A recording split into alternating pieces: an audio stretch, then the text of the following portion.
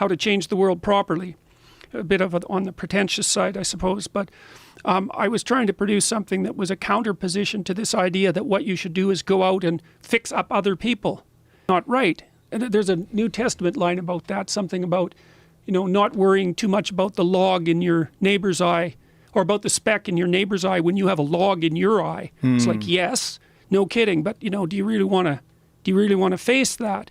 And so what I've thought about is that, well, what you start to do is you start to tell and act out the truth locally, like within the domain of your actual competence, because the world presents itself as a series of puzzles, some of which you're capable of solving and some of which you're not. And you have many puzzles in front of you that you could solve, but you choose not to.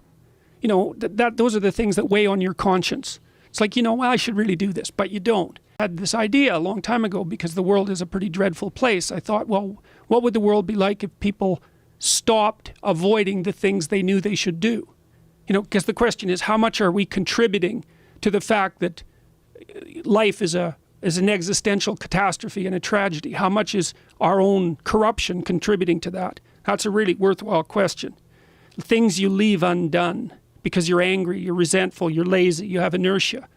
Well, you consult your conscience and it says, well, that place over there could use a little work. It's the same as working on yourself, and so you clean that up because you can. Clearer around you, and you're a little better off because you've practiced a bit, and so you're a little stronger, and then something else manifests itself and says, well, maybe you could take a crack at fixing me up too.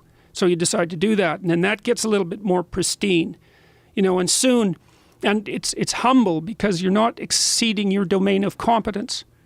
It's like, don't be fixing up the economy, 18-year-olds. You don't know anything about the economy.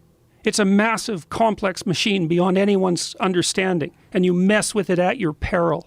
Can you even clean up your own room? No. Well, you should think about that. You should think about that.